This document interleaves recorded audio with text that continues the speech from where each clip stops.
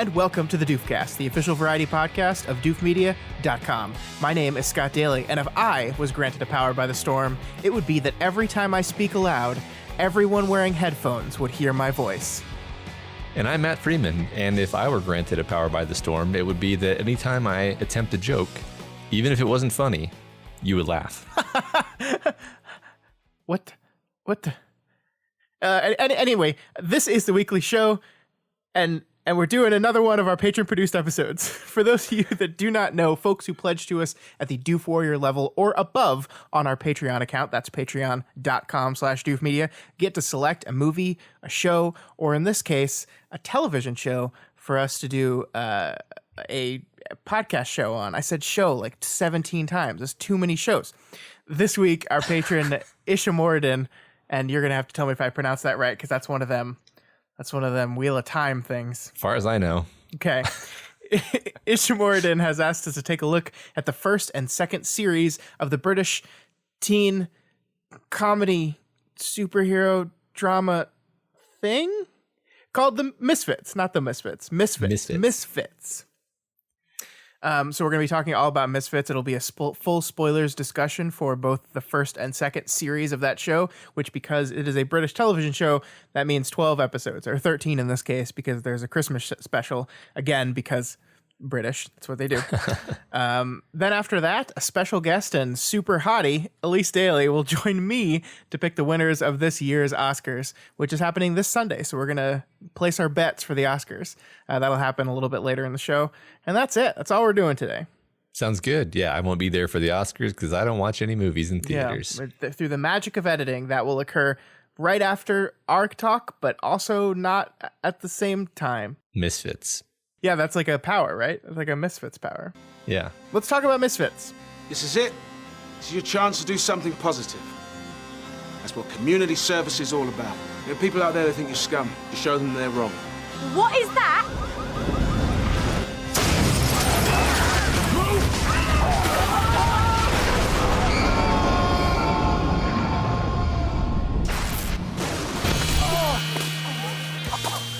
We should be dead.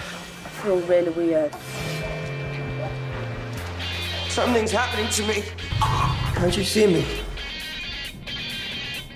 I'm hearing these voices in my head. It's like I can hear what people are thinking. All this, it's already happened once. Time went backwards. What, you've turned back time? What if we're meant to be like superheroes? Superheroes. That kind of thing only happens in America. So, Misfits is I don't know, it's a weird thing to like get your handle on and describe, right? It is a superhero comedy / drama science fiction show that played in Britain. The first season or series was in 2009 and the second one was in 2010. It was created by a man named Howard Overman, who did he's done some other, I don't know if you've heard of Dirk Gently. I don't know if you've heard of Merlin, the Merlin show. He's done a lot of BBC kind of these sci-fi BBC shows in the past. Misfits played on E4, which I'm sure people that live in the United Kingdom know what that means, but it's a channel, I'm guessing. But this got big. The Misfits got really big, Matt, when it came to Hulu a few years ago. And I had never seen the show before. I know nothing about this. The only thing I vaguely remember is it went to Hulu and like became one of the most watched things on Hulu. This was, I think, in Hulu's early days. And so it attracted a lot of attention because of that. Yeah, I also remember it being popular. I think Michael watched it and told me that it was really good and told me some stuff about it. And I was not really up for watching a TV series. So I didn't watch it until now. And I think I'm glad I did. It's an interesting show because I feel like, first of all, it takes a few episodes for you to get a feel for what it is and what it's doing. And then in addition to that, I think that it shifts in tone over time, so that you're never entirely sure what the show is, if you know what I mean. Because like it starts out almost like just drama with a couple of characters who are funny, and it's not necessarily obvious that the show is gonna be just kind of a flat out comedy in places. Like there's certainly scenes, and this is full spoilers, right? So there's certainly scenes where like the new guy joins their group and he tries to do conflict resolution with the guy who thinks he's in a video game, and then he gets shot in the head immediately. And like that's just purely an absurdist comedy beat. And I don't think I let, like, after watching like the first 3 episodes, if that episode had occurred, I think that would have felt really weird and dissonant. But like they kind of build up to this more absurdist comedy tone over the course of the series. I think, does that match with your feeling at all? Yeah, I would agree with that. It's an interesting show because I agree, like, I think it is very British in its sense of humor, of course, in that it is a show that kind of takes this very serious emotional drama and then layers in this extremely dry humor, like almost absurdist humor, like within the same episode. And I think like it's like, you're exactly right. Like the dude getting shot in the head is absurd, but like that episode is really emotional as well. Like, and that's the same with every single one of these episodes. There's like really goofy shit going on, like goofy power shit, but it always kind of comes back to these characters and the emotional journey that the characters are going through. And sometimes, frequently, it's like so emotional to the effect of like everyone dies and our time traveling character has to go back in time to fix it. And it's like, Jesus, this is like fucked up. This is real fucked up.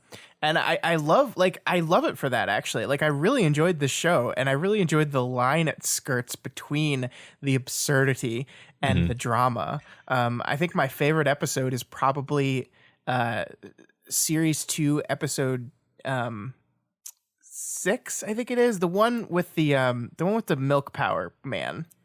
Yeah, which is a really funny episode, but also everyone dies, like you said. Yeah, like everybody dies, and they have to go back in time, and like it's so emotional, and yet the main threat is a man that kills you by like getting the curds in your stomach and choking you to death on them. Yeah. It's inherently absurd, causing Nathan to be brain dead without actually killing him.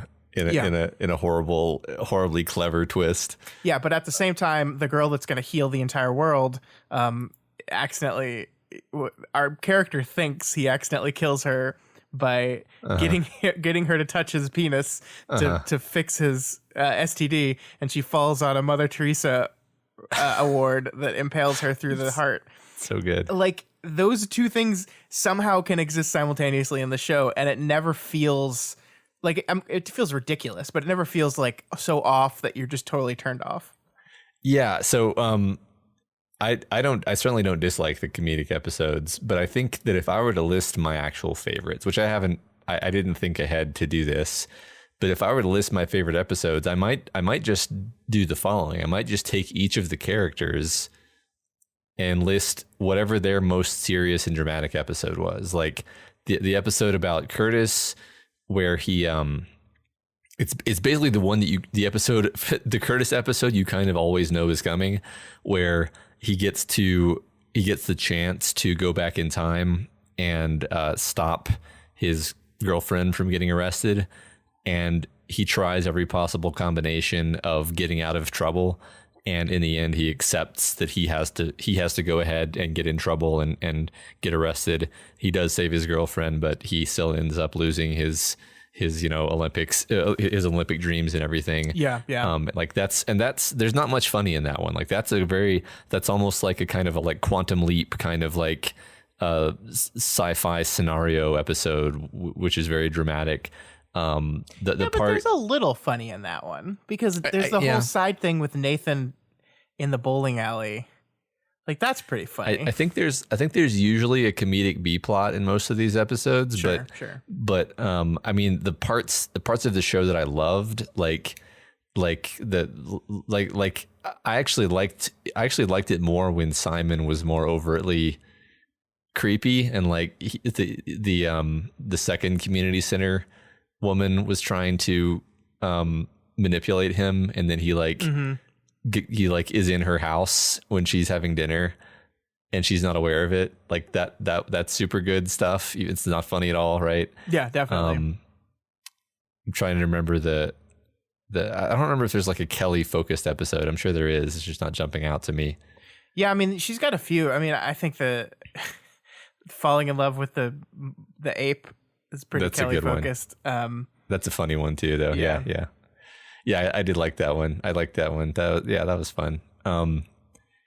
I don't necessarily want to go through every. I mean, I guess there's not that many characters. Like the one with There's Alicia, 5, where she's like literally raping several people with her power.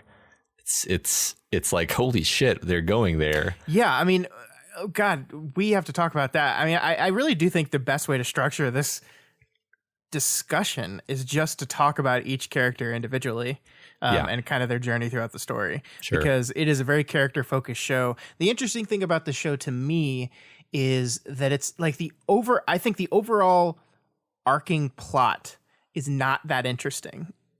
Like if there is an overall arcing plot, like it's very loose, right? There are threads that tie episodes together in each one of these series, but not really. Like it's mostly just an episodic show.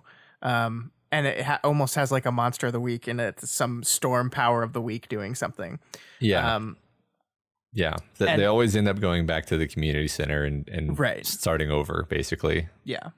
And so it is very episodic in that nature. And I liked it for that. Like I liked that you can like point out individual episodes and it's like, this is the Nathan episode. This is the Curtis episode. And we're going to focus on this in this episode. And then we're going to get everything back to not status quo entirely, but that all our characters are going to come back together and then we're going to end the episode. And then we're going to do the same thing next week. And there's nothing like the show might get into this later, but I kind of hope it doesn't. There's no like, where did the powers come from? What was the storm? There's no like overarching mystery of this plot. It's just this crazy storm happened and these troublemaking kids got powers and now we're going to see what shenanigans happens with that. And that's it. That's the show. Yeah. Yeah, I agree. I was going to get to Nathan and like that was the last one on the list basically. And then I was like, every episode is a Nathan episode. So yes. If there is a main character, if there is a protagonist in this ensemble, it is definitely Nathan. But I have to talk about Nathan because well, let's start with him then. He's our protagonist.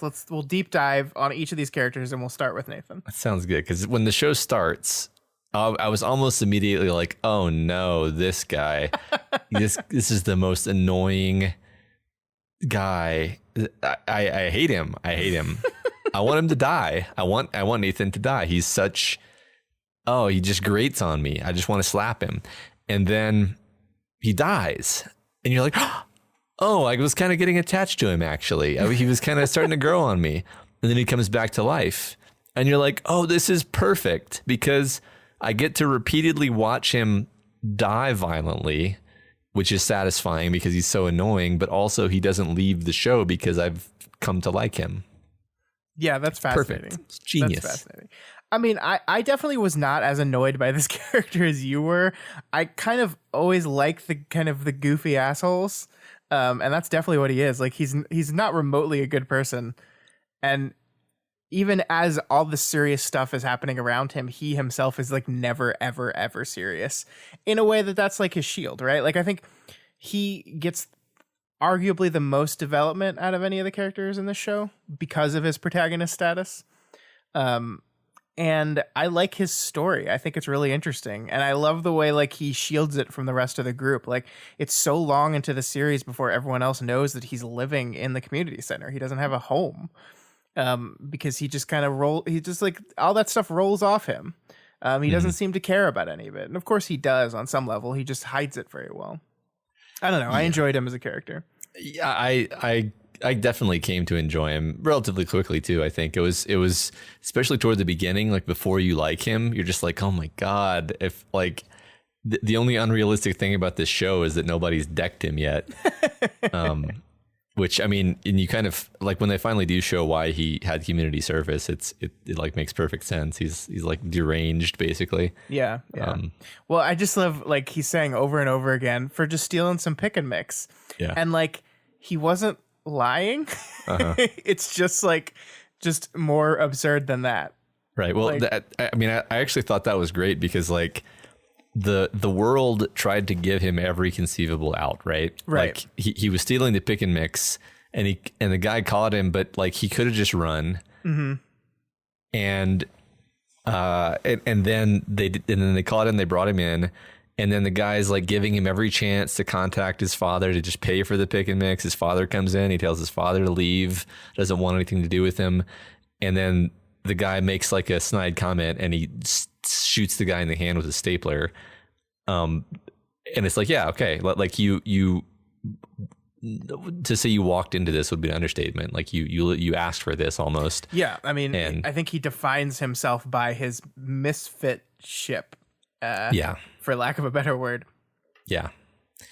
Right. I think you're right. His delinquent status. Yeah.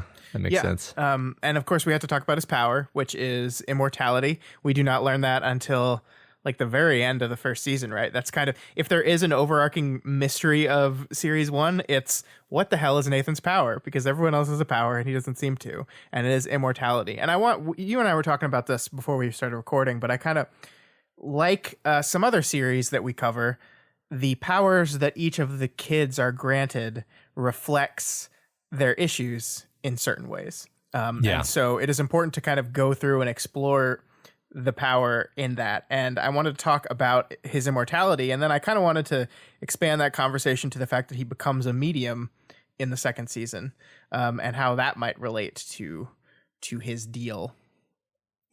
I have the least idea about his power is the problem. Like all I could really come up with is like he wants to remain young and irresponsible and sort of like in a state of being a child and not having to have responsibilities. And thus his power isn't actually to be immortal. His power is to remain young forever in a nice kind of cursed, ironic fashion. And it just so happens that when he dies, that just means he resets. That I don't know how that connects to him being a medium. I also don't really I don't necessarily think I'm right. That's just kind of the best I can do.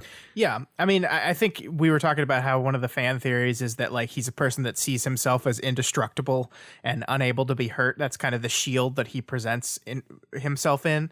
And the power reflects that. But I don't think that works in ways that the other ones do. Like the other ones are like their power is a punishment for their insecurity. Not like, yeah, you're right. like if anything, a power that reflects his status as nothing can harm me, I don't care about anything, would be like he's extra like receptive to that kind of stuff. Not the opposite. So I don't know. I'm not sure about that one. I mean, I feel like Curtis's is pretty obvious. He's the one of them that has like a major regret that he lost a huge opportunity that he was working toward, and his power is the ability to undo things that you regret, but only things that you actually genuinely regret. Simon feels invisible, feels like nobody notices him. Sure. Powers to be invisible. Alicia is someone that views all of her relationships through only the physical. And therefore has the power to make anyone sleep with her, but that has implications, and we're going to spend a lot of time talking about her, I think. Probably. And then Kelly's is to hear people's thoughts, and I think maybe that like fits the like I don't know with her either. Some of these are less clear. I mean, part of me wants to be like, oh, it's just because she's kind of like a gossip, and so she hears people. But the thing that lands her in community service is she gets in a fight with another girl, right? And it's, if I'm remembering correctly, it's like just over a mix-up. Like, there's a lack of understanding or communication. Well, she also sort of constantly worries like that people don't think well of her, and then her power just kind of like verifies that, I guess. Yeah, I don't know if that's, I don't know. Yeah, it's not. This isn't really a complaint. Like I think what we're implicitly comparing this to parahumans, but but like that this show just isn't necessarily trying to be precise and perfectly ironic in its choices here. No, they just sort of line up. Yeah, it's using that as kind of a building block. Yeah. But so taking it back to Nathan, I thought his journey was really, really fantastic. And, like we meet his mother, we meet his father, we see his terribly damaged relationship with the two of them. We see him kind of try to like navigate relationships with other people. I loved him. Like, I love that once the show like landed on immortality for him, it just kept from that point on putting him in situations where he would die like over and over again. Cause you have that tool. Why not? Let's just do that. I think one of the most important moments is the video game episode where like, it's like, have him shoot you cause you'll be fine. And then he pulls out a chainsaw and it's like, well, I don't really want to be. I don't know how that would work, right? Like, would his body just like come back together? I guess it would. I mean, the camera just never actually shows what happens. He just always seems to be fine suddenly afterward. Yeah. In fact, I might be wrong about this, but my recollection was that he's in the coffin to be buried the first time he dies, and he's wearing like a standard suit that you would wear to be buried. Yes. And then when we see him buried alive, he's wearing his normal clothes again. Almost like he's just like reset everything, including his clothes. Yeah, that's interesting. I hadn't thought of that. I do remember like briefly being like, they just buried him in the clothes he died in? That's weird. But now that you think about it, almost certainly no. Yeah. I'm pretty sure he was wearing a suit when she gave him the iPod. Yeah. So I just think that and then I think they just didn't bother to be consistent with that for the rest of the show because it doesn't matter. Yeah. But I do think you're right. I think that supports your idea of like your forever young idea where it's literally just a literal representation of Arrested Development where he is just stuck in that one phase. Yeah. And my main piece of evidence that this is true is that his name is actually Nathan Young. That's good. So. I like it. The show doesn't really deal with his death. Like, presumably everyone thinks he's dead, and it kind of just hand waves that away. Like, we don't see his mom in the second series at all. No. I don't think he just casually mentions, "Yeah, my mom fainted when I came home after being dead," and it's played as a comedy, which is fine. Yeah, sure. That's not a complaint at all. Yeah. But I think the episode of his that was most affecting is when you meet his brother. Yeah. And that's the episode we learn that he is a medium, which again, I can't really tie that specifically to anything. I'm sure someone smarter than me will be like, "Oh, Scott, it's obviously blah, blah, blah, blah." But anyway, I thought that was a really powerful episode in that like it starts off in the very kind of standard Misfit-y way where he meets his brother. They just have this like humorous like back and forth. They decide to go after some girls. They trade, and then he dies because of firepower lady or ice power that got turned into firepower. Which that was just a cool gimmick in that episode in general, right? Yeah, everyone's power is reversed gimmick was really great. And I liked when Curtis gets a glimpse of the future, and it's totally a scene from like a episode, several episodes from that point, and you're like, oh, yeah. That was a fun little surprise. It was totally fun little surprise, but it's also like constructed to fake you out a little bit because he's in a costume and you're like, oh, so at some point they're going to become superheroes. Yeah. And that's I think something that the show teases the entire time. Like after I watched the first episode, that's kind of where I thought we were going is that, okay, these group of 5 kids get superpowers and they're going to decide to try to be like this ragtag, like fucked up group of heroes. And it's just going to go hilariously because they're just these young troublemaker kids. And it's going to be that story. And of course that's not it at all. But I think that like flash forward plays into that expectation a little bit. And then it's just a costume party. That's fun. I forgot that was what my expectation had been, but you're absolutely right. It was. So there's one aspect of the show. So you just mentioned the episode where their powers are reversed, and that's basically because they're all taking some kind of party drug. I don't remember which one. But like that's something about the show is like I don't think of myself as a prude. So the show has a lot of sex in it, a lot of nudity actually. Oh yeah, the show's horny as hell. and I don't, and like all of the characters are super just sex crazed, which that in and of itself doesn't bother me. There's no objection there. The kind of thing that kind of, I don't know what to make of is like, so his brother, Nathan's brother, who is otherwise just kind of a normal, nice guy, just like doses Simon with like ecstasy or something, without his permission, and like just little stuff like this where the show will just kind of throw in like, yeah, this person, Alicia, just rapes people. Yeah, that's what she does. Anyway, moving on, and you're like, whoa, like you're playing with hot potato there, and then you just move on from it, and like there's no consequence to that really. Yeah, it doesn't like that. That's not viewed as like a negative thing for his character to have done. That's just kind of it's funny because he dosed him with a drug against his consent.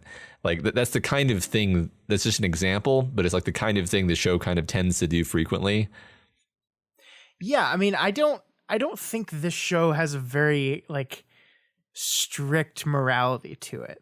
I do think that the show thinks that Alicia using her power on people is wrong. Yeah. And I think if I had any problems with Alicia as a character, it's that because because this is her power, and the show very quickly establishes that actually she can't use it. The show is fairly limited in what she can and can't do. Because like we can't, like, how often can you mess with the concept of the power when it's just like, okay, I 100% cannot use this power anymore. It is rape. That's what it is. Mm-hmm. We've established that's what it is. I cannot use it. And then so I think the show has a hard time finding what to do with her after that point. And I like what they did in the second series, but I think it's still kind of thin, and maybe we'll talk about that more later. But yeah, I mean, I think the show is generally just like, these are all kind of shitty people. They're all kind of shitty people, and they all have reasons for why they're shitty people. And that doesn't make us hate them, but I don't think we're supposed to be holding these people up as like these like paragons. Like I don't think the show is gonna punish Nathan's brother, although it kind of does because he like dies. But I also don't think like the show wants you to be like, yeah, these are the people you should be. Like, presumably the lactokinesis kid, like they presumably just killed him. Yeah, I think they just killed him. Yeah. and they went like, to his house and killed him. Yeah, and it's off screen. We don't see it happen, but that's had to have been what happened, right? They didn't just punch him and then walk out the door. That wouldn't solve any problems. So they just killed him. And they kill like a lot of people. Like it's kind of a running joke that their community service like representative keeps dying. I think they kill 3 and one of those ends up being reversed, but so yeah, I mean, they're like killing people, they're like stalking people, they're like raping people, they're drugging people, they're stealing from people. I think it's funny that in the Christmas special episode, which is great, and I want to talk to you all about that episode because it's really, really funny, but like they buy their powers back using money that Jesus, quote unquote, stole from other people. Yeah. So it's not like they like killed the bad guy and then return his money to the people that were swindled or tricked out of giving it up. No, they just take it and they use it for themselves. Yeah. Yeah. No, I mean, I agree with everything you just said. Like it's kind of amazing and hilarious that just like it kind of revels in this gross like it's not just that it lacks a moral core, it's actively going after this like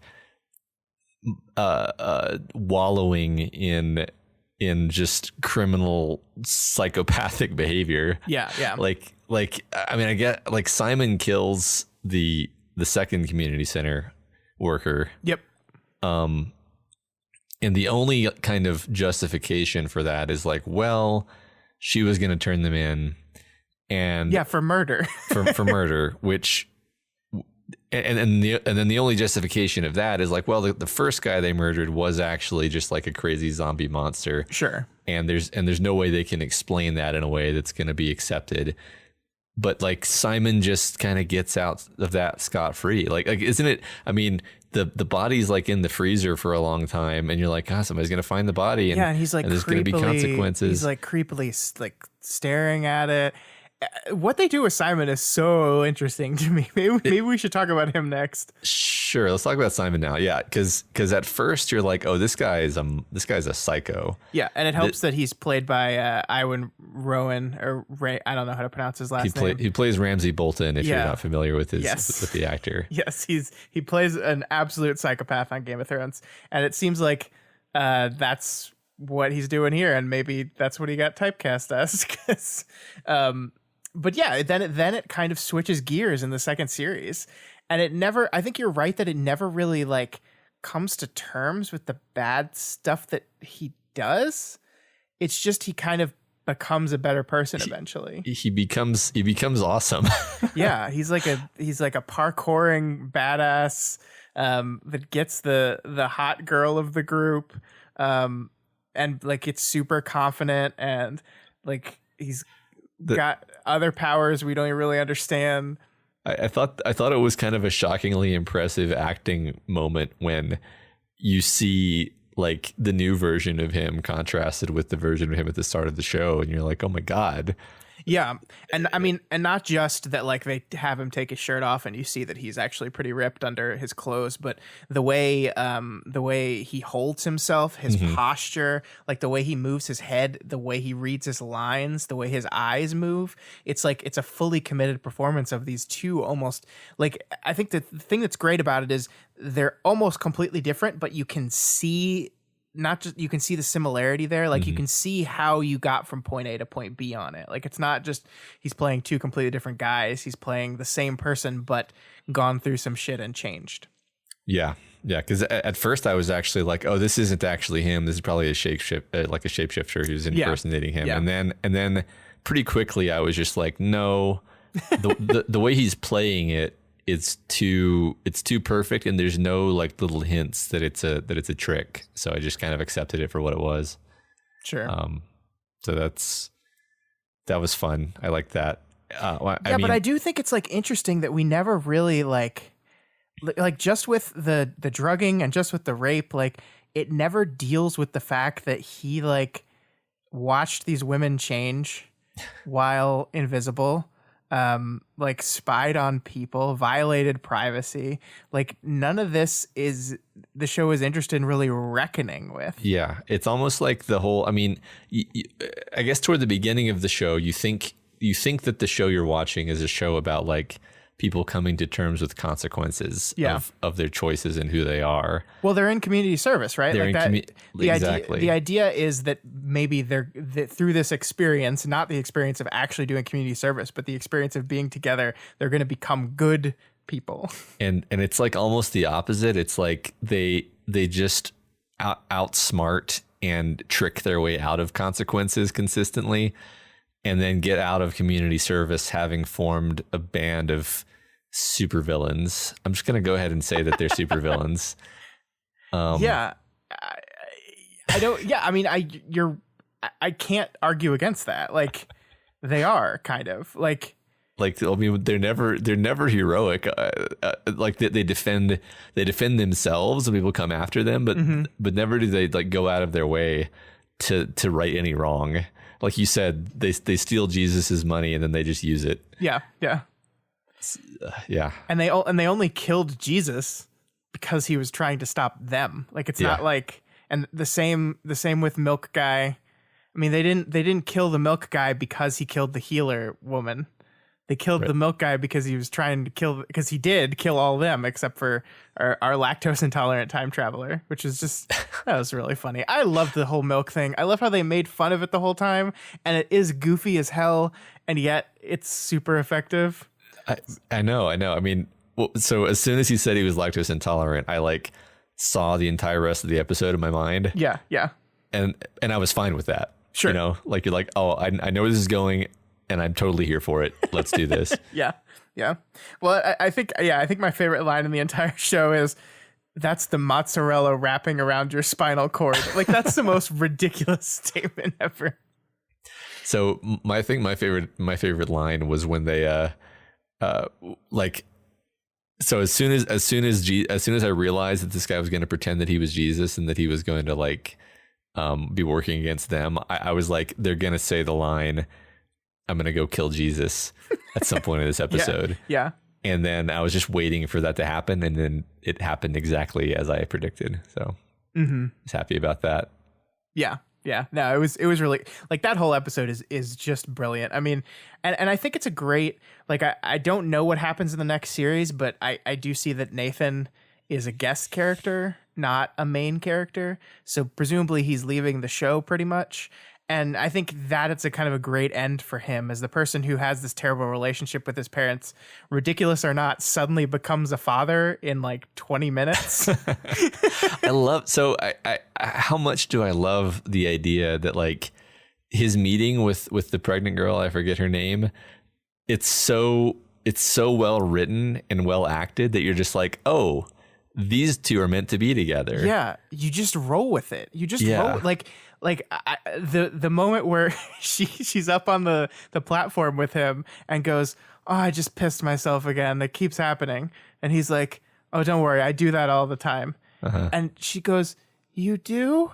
And it's just like, yeah, this is love. Look, here it is. We found it right here. These people are perfect for each other. They should spend the rest of their lives together. I don't care that we just met this woman 5 minutes ago. We have no idea why she's here in the story.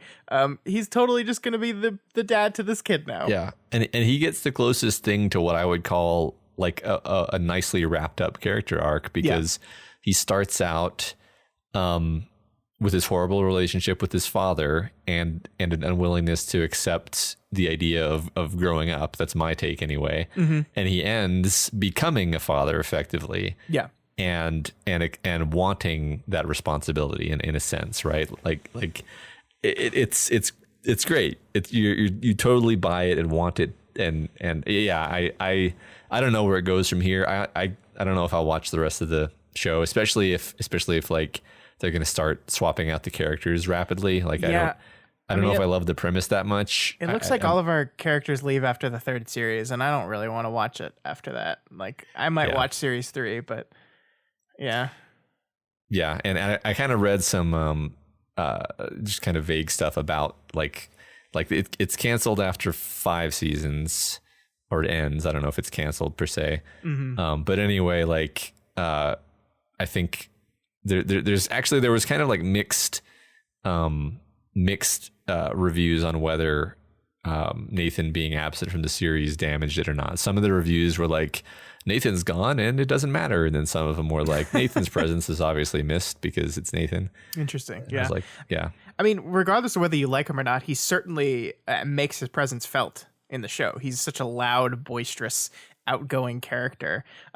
He just kind of, I think he serves as the glue of the group, kind of. So I do kind of agree, like, without this loud guy that's going to force everyone to interact with each other, how do they why do they hang out still? Yeah, right. Outside of the individual relationships, that is. Yeah, because you're kind of like, what is Curtis's relationship with Simon exactly? Yeah, it really, there isn't one, except for they both dated the same girl. Yeah, right. Which in that sense, it's just like any group of high school kids. Yeah. But yeah, I mean, definitely. I think they knew that they had something special with Nathan's character, and so they just kind of let the show ride on him while he was there. Yeah, I don't know if you've watched The Umbrella Academy, but no, I really want to. Is he in that? The actor anyway? He is. He plays Nathan, a character that is both similar and in a lot of ways and different in other ways. I really love his character in The Umbrella Academy, and I really enjoyed that series. But he's great. I want to see him in more stuff. So I think Umbrella Academy is worth watching, and I think he's really good in it. Yeah, I think I will watch that for more Nathan. I'm just going to call him Nathan and pretend that it's the same character. I think his name is Klaus in Umbrella Academy. Oh, interesting. Does he have a German accent or something? No. Just a weird dad. Just a real weird dad. Okay. So let's talk about Alicia here for a little bit, because I agree. Like, this is the closest to skirting the line stuff they do here, because as you've mentioned before, her power is literally rape. Someone touches her and they immediately lose the ability to consent. They want to have sex with her no matter what. And for the first 2 episodes, she kind of revels in that for a little bit, and then eventually realizes that it's bad. But even you made a very good point about this. You and I were talking a little bit earlier today, and even after she moves past that and realizes I can't use this power anymore, her character is kind of completely dominated by her relationship with dudes.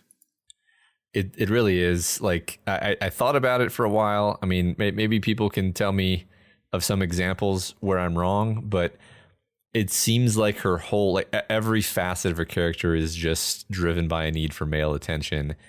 And maybe that's exactly what they want to say with this character, is that this is who this is. But it's just like, you keep kind of waiting for, I think this is the thing is the show, I keep expecting it to do things that it never does. Like, I keep expecting it to have her realize, like, you should just, like, you don't need to have a boyfriend. Like, maybe you just need to not have a boyfriend for a while. But like, the only time that she doesn't have a boyfriend is when she's pining for future Simon, and then eventually just gets with present Simon, and he starts turning into future Simon. Yeah. And during that time, she doesn't like do anything else as a character. She just kind of is sad and waiting for that to happen. Yeah. And like, you can kind of see the sketch of what they're trying to do here with her, where she moves from this person that, like, all she wants is the physical, all she wants is sex, and that's all she cares about, and her power, like, rips that away from her, and therefore she eventually, like, grows to be a person who wants the emotional side of the relationship. And we see that through her falling in love with the character of Simon, who is not the typical person that she would want to be with. But the interesting part about that is, it's not like she suddenly sees Simon in a light that she's never seen him in before. It's that the Simon that she sees is literally almost an entirely different person. Like, he's become a badass, like a muscular badass. like if she had fallen in love with the person that he was and saw him for who he was, like, the implication here is that, like, underneath this awkward, like, socially inept exterior is this badass underneath. But, like, it's not that she saw that, it's that she saw him after that already came out, and then is the one that, and then because of that, because of timey-wimey shit, helps coax that side of him out of him. So, like, I don't know, that just feels kind of goofy to me. Like, it's not like he was appreciated on a new level. It was like, can we hurry up and get you to this version of yourself that I really am into? Yeah. And that always felt a little weird to me. It feels weird. I mean, I guess I'll give it a little bit of credit as a science fiction idea of taking the concept of, like, seeing something in somebody and then making it literal through genre of like, I see who you can become, literally, because I literally was with that person. Right. I mean, so I didn't think of that until we were having this conversation right now, but at least that's kind of a fun way of looking at it. Yeah, it's overall, clever. though, I just found her character to be frustrating, and maybe they'll take a different turn with her in the next season.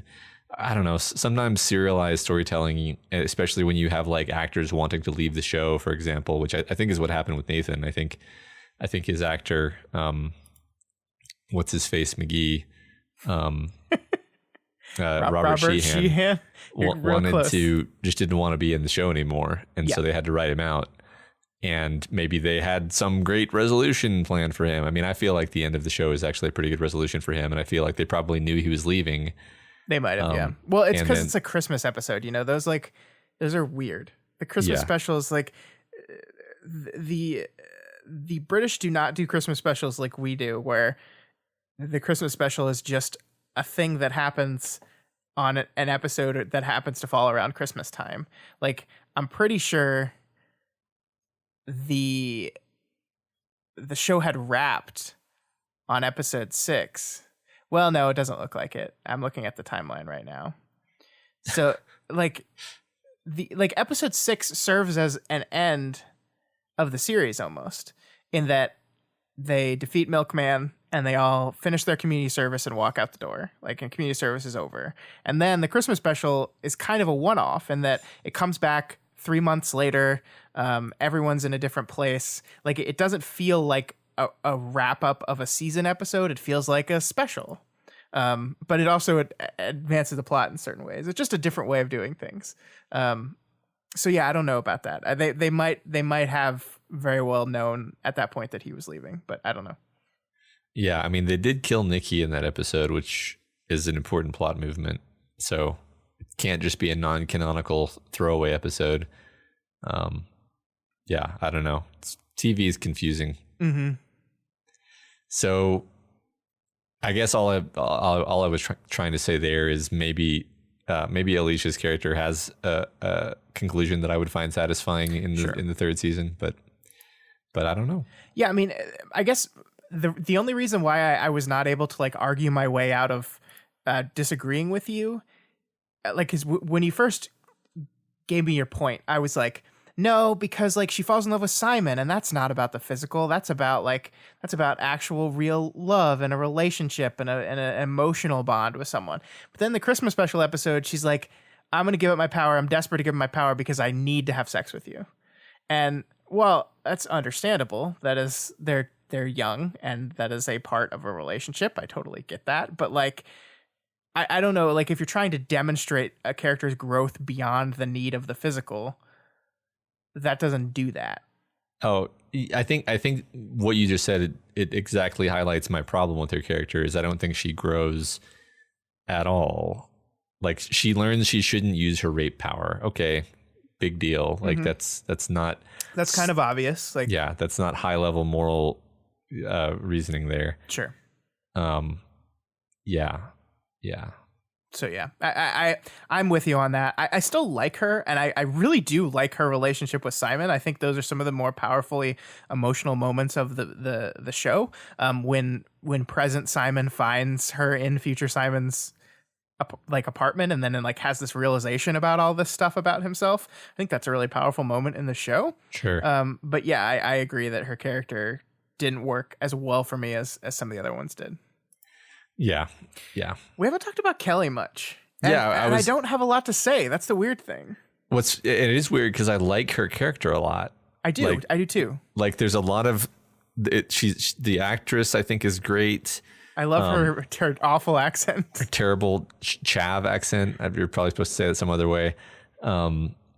Like, there's a lot of little tiny things going on with her over the course of the show. Like, I think she does actually change quite a bit. Yeah, I'd agree with that. And there's just a lot of depth and complexity to her, and she's just kind of like one of the more fascinating characters to watch, actually. Mm-hmm. And yet, despite all of that, I can't point out like what is exactly her arc. You know. Maybe she just becomes more self-accepting. Yeah, I think so. And I don't think it's done. I think that's the weird thing. We've kind of maybe paused a part of the way through the arc.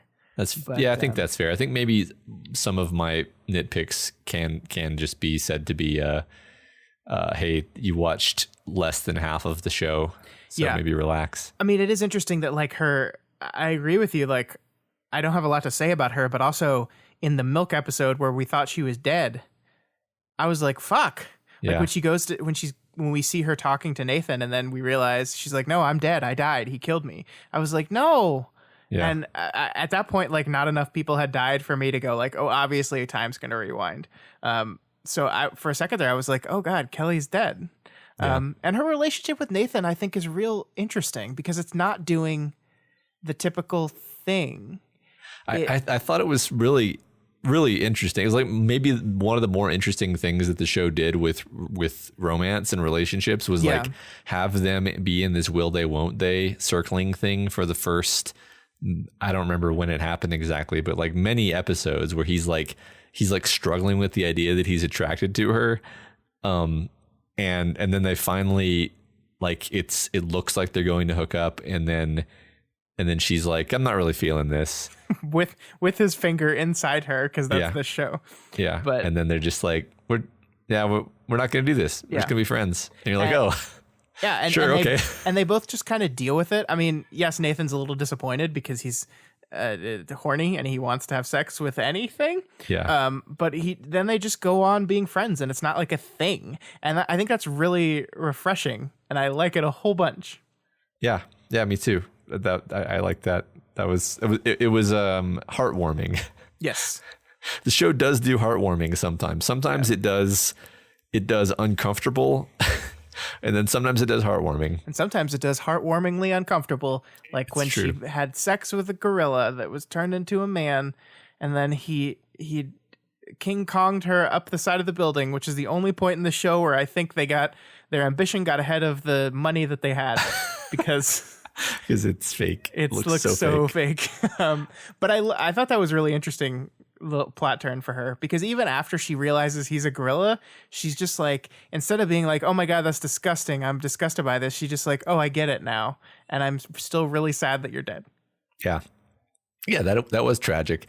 A lot of this just weirdly reminded me of Star Trek, where like that's the kind of plot that I would expect from like a TNG or Voyager episode. Yeah, but horny. I think you're absolutely right. It's like horny. There we go. Misfits. Horny Star Trek. Horny Star Trek. Yeah. Star Trek that everybody's trying to have sex with everybody else on the crew constantly. And then some weird anomaly comes in, and then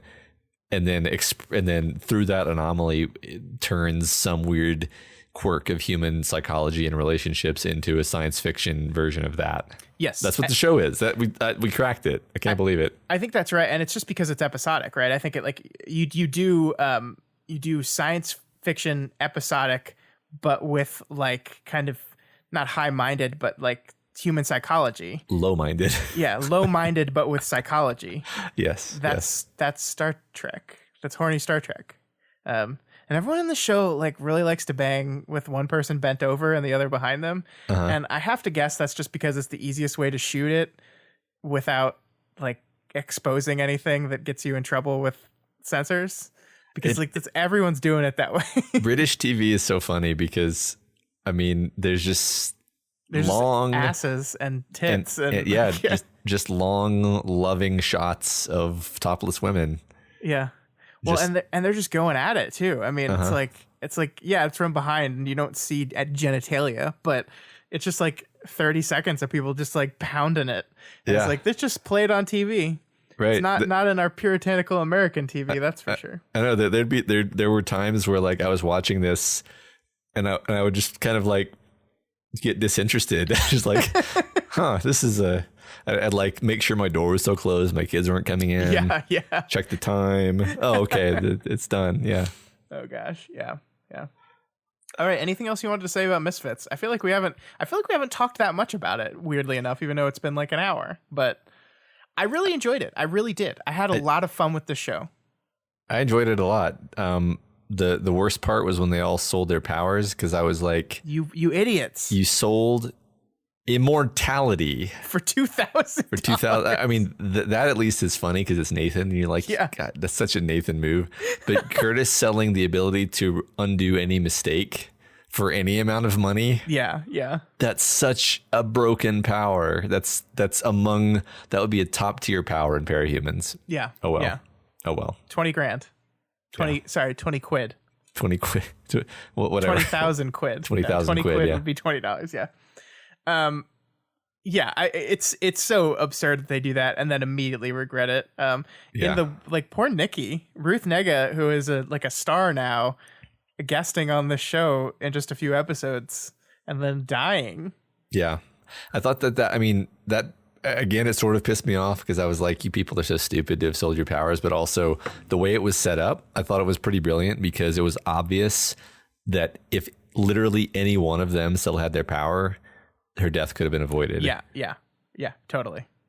Any of them. Yeah, really well done. Yeah. Mm-hmm. Cool.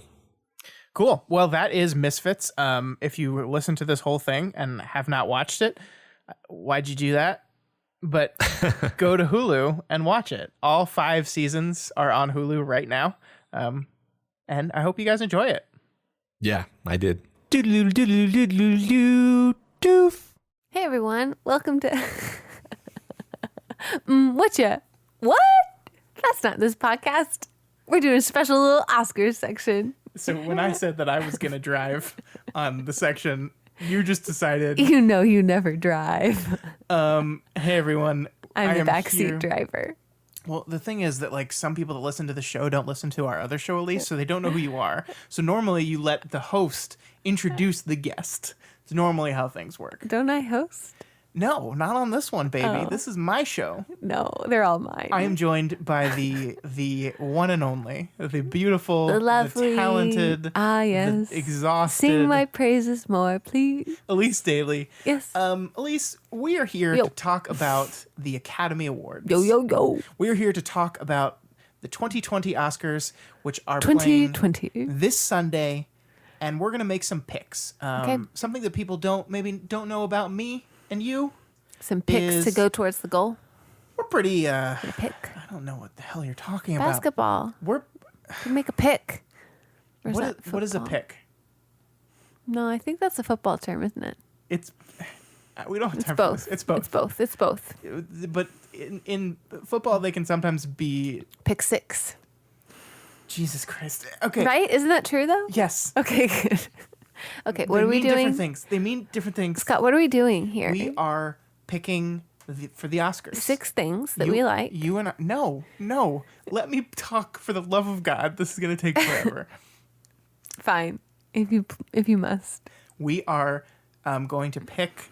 We've got 10 of the categories of the Oscars. Elyse and I are really into the Academy Awards. Yeah, I noticed you didn't do them all. You lasted 3 seconds without interrupting me. Okay, do continue. We have Elyse and I really like to pick the Oscars, and I can't do this with Matt because Matt doesn't see all the movies. So I thought it'd be fun to have you on here, and I'm already regretting my decision. But Elyse and I are just going to go through some of the categories, and we're going to pick who we think will win, who we think should win, and who we think was snubbed in each of these categories. And as a special rule, if you're going to list someone who's snubbed, you got to kick someone out. Can I really say how I did the 4 things? What do you mean? Because the will win, should win, snubbed, and who moved. I kind of thought about them, named different things in my head. Okay, what did you think of them? Well, all of my will wins are Scott does the research, so I'm just copying what he did. You just picked because he knows more about it and read them all. And so I trust him because I love him. And then the should wins, I was just, what's my favorite? Should they win? I don't know, but I thought they were the best. So you cheated. And then who to remove, I just thought, who did I not like? Whether they were really talented or not. Sometimes the people who they say are really talented, they just rub me the wrong way. Wow. So it's really just my own opinion. Well, that's all of this is just our opinions. Well, yeah, but I just thought about it a different way. I just wanted to clarify that let's for begin. everyone. Let's begin. Okay. We're beginning with Best Supporting Actress. This will be Best Supporting Asterisk. Asterisk? Yes. This will be the first award given out of the night on Sunday. They always do Best Supporting Actress first. I don't know why. But here are the nominees for Best Supporting Actress. We have Kathy Bates from Richard Jewell, Laura Dern from Marriage Story, Scarlett Johansson from Jojo Rabbit, Florence Pugh in Little Women, and Margot Robbie in Bombshell. All right, Elyse, since we apparently are just going to have the same thing for Will Win, so there's going to be no conversation here. Oh my gosh, really. Scott, you picked Laura Dern too? No way, because Laura Dern for Best Supporting Actress, who will win according to both you and I. Uh-huh. I mean, her performance in Marriage Story was incredible. She played that lawyer. She played that powerhouse of a lawyer, right? She did. And I liked her performance in Marriage Story. It seems like this is a lock. Like, I'm pretty confident in this one that she's going to pick this up. I liked that performance. I don't think it's the best one on this list. And I kind of would rather her win for her supporting actress performance in Little Women, because I thought her performance in Little Women was better than her performance in Marriage Story. Yeah, she was in Little Women, wasn't she? I just feel like this is the Laura Dern award. Like, they just want to honor Laura Dern, and I am there for it. I love Laura Dern. Has she won anything before? I don't think so. I think this will be her first win. It's a long way from Jurassic Park. Yeah. So Laura Dern is going to win. Sorry. You wanted to go through this fast. Yes, I did. I said beforehand, I should stop. We got to do it fast. I should have known better. Okay. Should win. Who do you think should win this award? Elyse? Remember, it's not the should win. It's the Elyse. Who is your favorite person from this category that you enjoyed the most? And that would be Florence Pugh in Little Women. I don't understand how those two things don't mean the same thing. Well, sometimes the person who should win isn't like, okay, so maybe the person that you appreciate and you see their talent the most versus just the, I really liked this. You know, I think that that's very different. I can see talent and appreciate it and recognize that they should be awarded for it, but it may not be my favorite performance. I don't understand. I don't get it.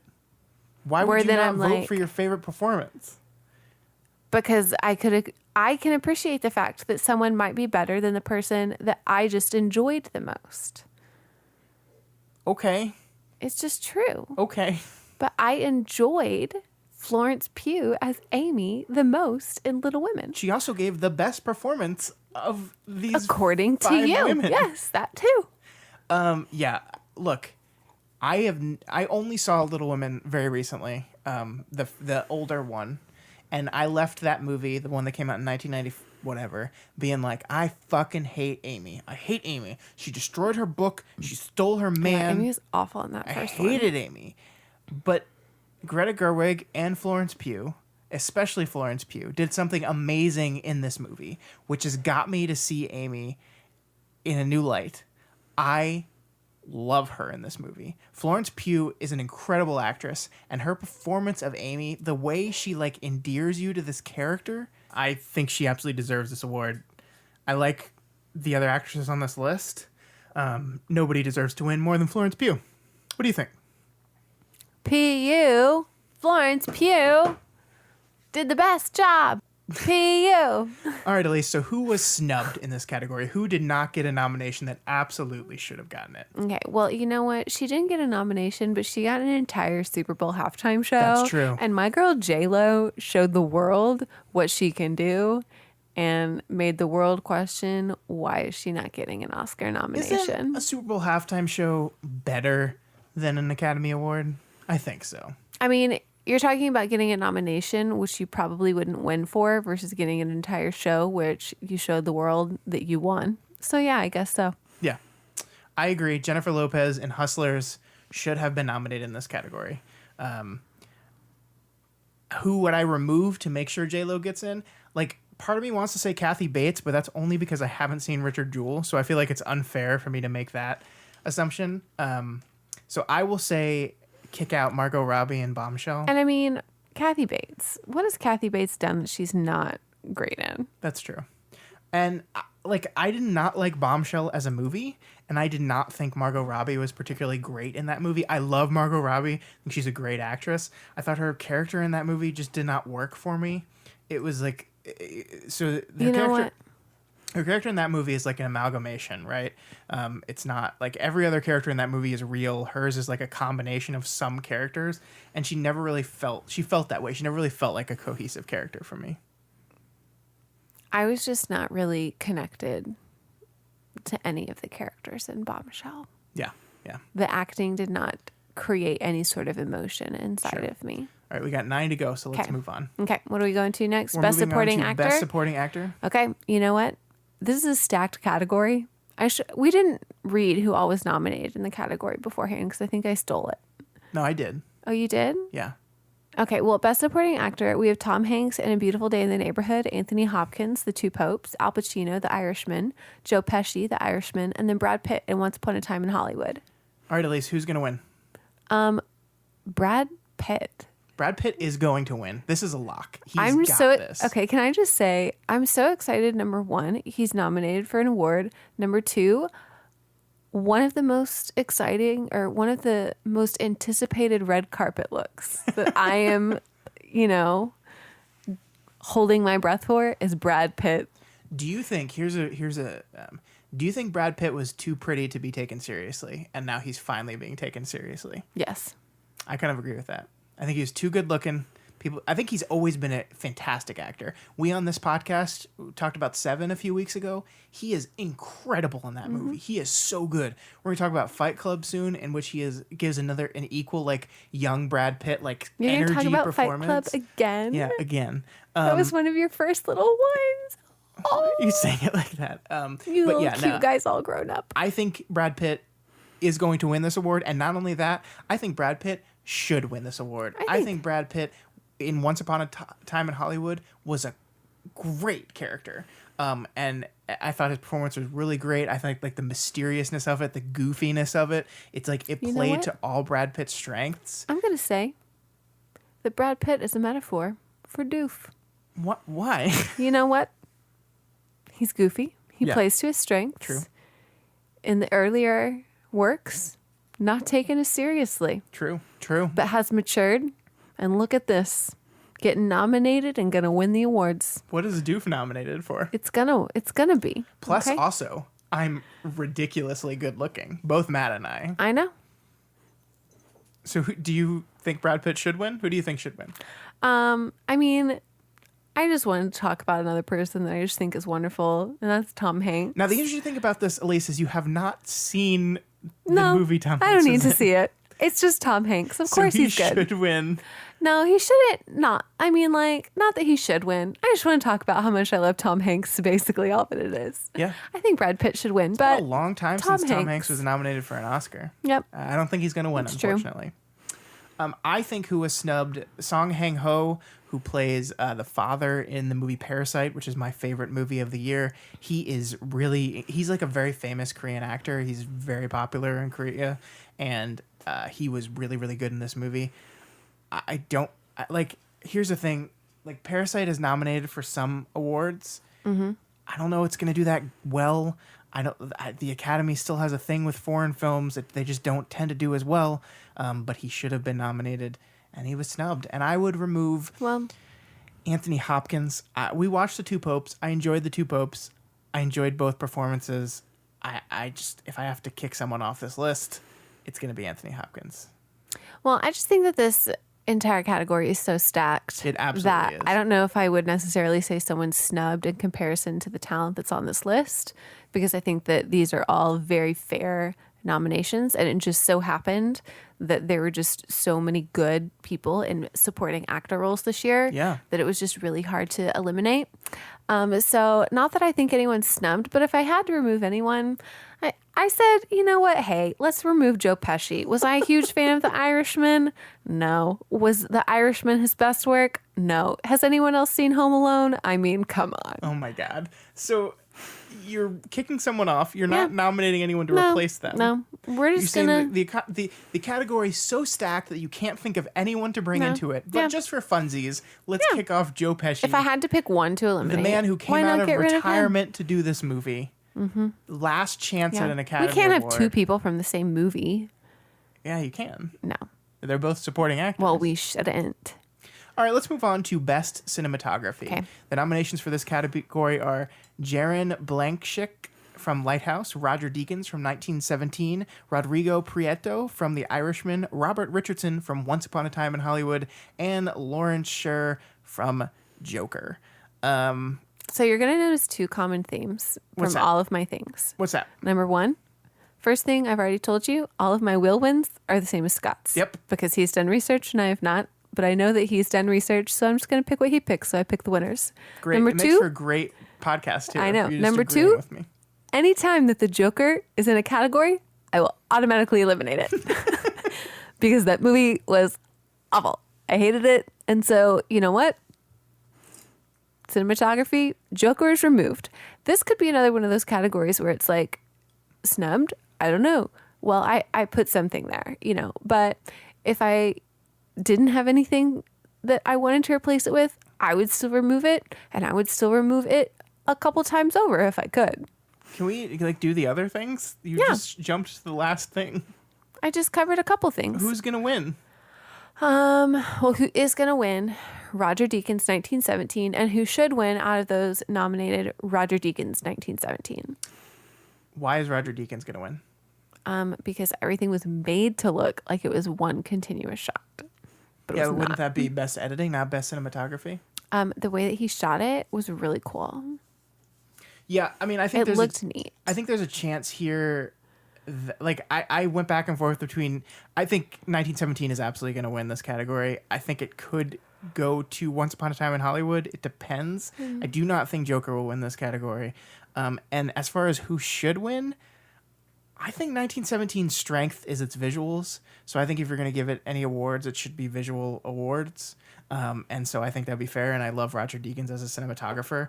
I mean, I loved The Lighthouse, and I think the cinematography of The Lighthouse is just incredible. That is a it's not beautiful looking because it's just black and white. It's very stark. It's a very powerful film, and I would love to see it win an award. It's not going to, but I would really like that. I also like what Robert Richardson does with 1960s Hollywood and Once Upon a Time in Hollywood is really fantastic. So I think this is a pretty stacked category, Joker aside as well. But I'm gonna settle on Roger Deakins. Okay. Well, let's see here. What did I put? Oh, yes. So there's this movie that, okay, so confession. I just looked at an article that was like, what do people consider snubs of 2020? And so I was looking through it, and I was like, looking to see the movies that I saw, looking to see what they could have been nominated for, and been like, oh, hey, yeah, no, I liked this movie. Yeah, because I liked it. They should have been nominated for this. And you know what? One of these movies that should have been nominated for Best Cinematography that What's I that? enjoyed? The Beach Bum. I loved The Beach Bum. I loved The Beach Bum. I Who loved was the cinematographer on The that? Beach Bum. You don't know. Benoit Benoit Debby. Okay. Yeah.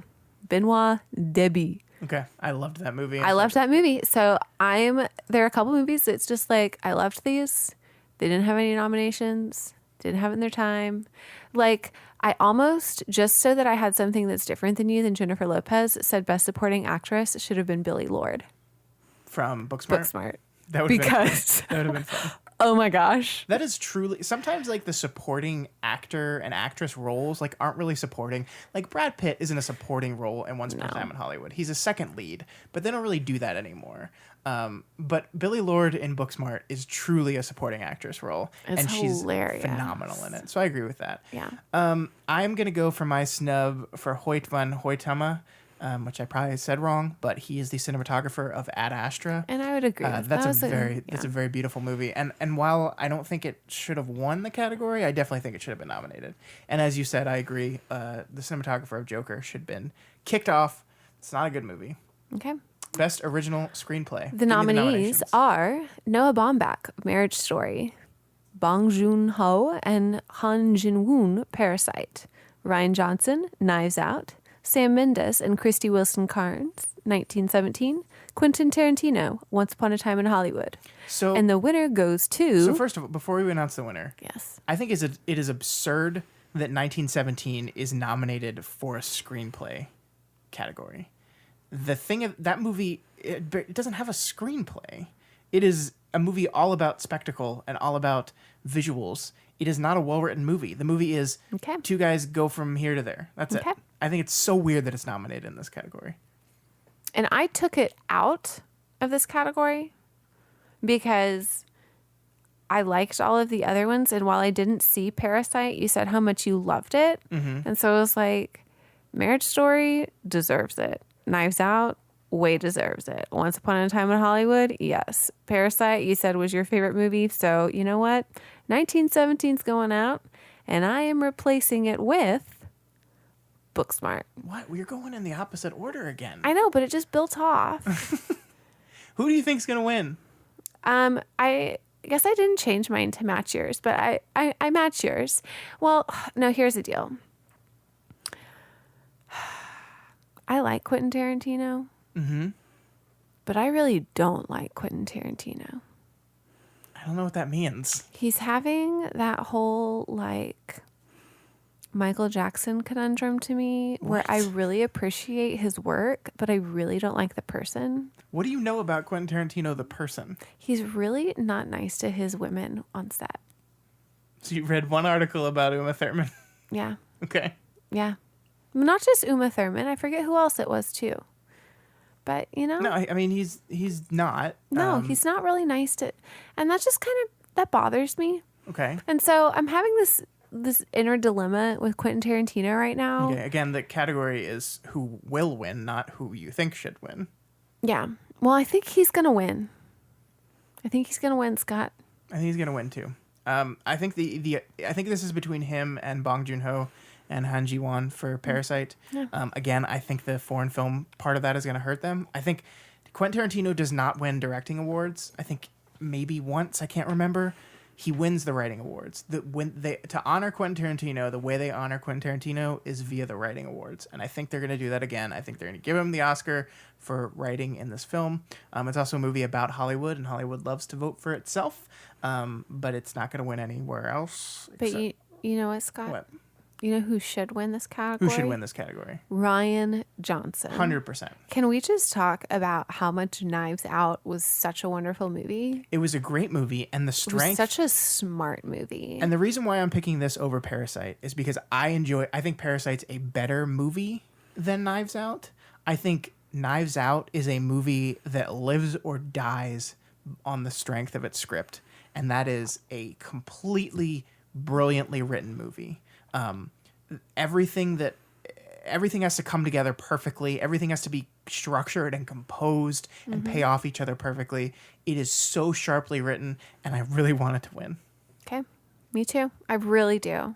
I don't think it's going to, but I really, really hope that I it believe does. it's the only category that Knives Out is nominated for, which is a bummer. It's a bummer. Yeah. So. All right. So let's move on to Best Adapted So Screenplay. we're not Scott, doing who are the... my snub? Oh, I'm sorry. I skipped over it. Who's your snub? Jordan Peele, Us, should have been nominated. Almost snubbed twice. I'm sorry. Great movie. Great movie. Yeah, it really is. And it's another very sharply written movie. It's a movie that I thought was going to be too scary for me to watch, and it turns out that it's not. It's not. It's Yeah. not. All right, adapted screenplay. And the nominees are Greta Gerwig, Little Women, Anthony McCartan, The Two Popes, Todd Phillips and Scott Silver, Joker, Taika Waititi, Jojo Rabbit, Steven Zaillian, The Irishman. Are you trying to do it like on the TV? Yeah. Okay. And the winner goes to... Taika Waititi, Jojo Rabbit. I know you haven't seen this movie. No, I wanted to. I liked this movie a whole lot. I thought this movie was going to do very well in the Academy Awards, and then it just kind of died. But I do think this is the place where they give Taika the Oscar.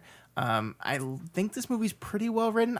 I do not think it should win.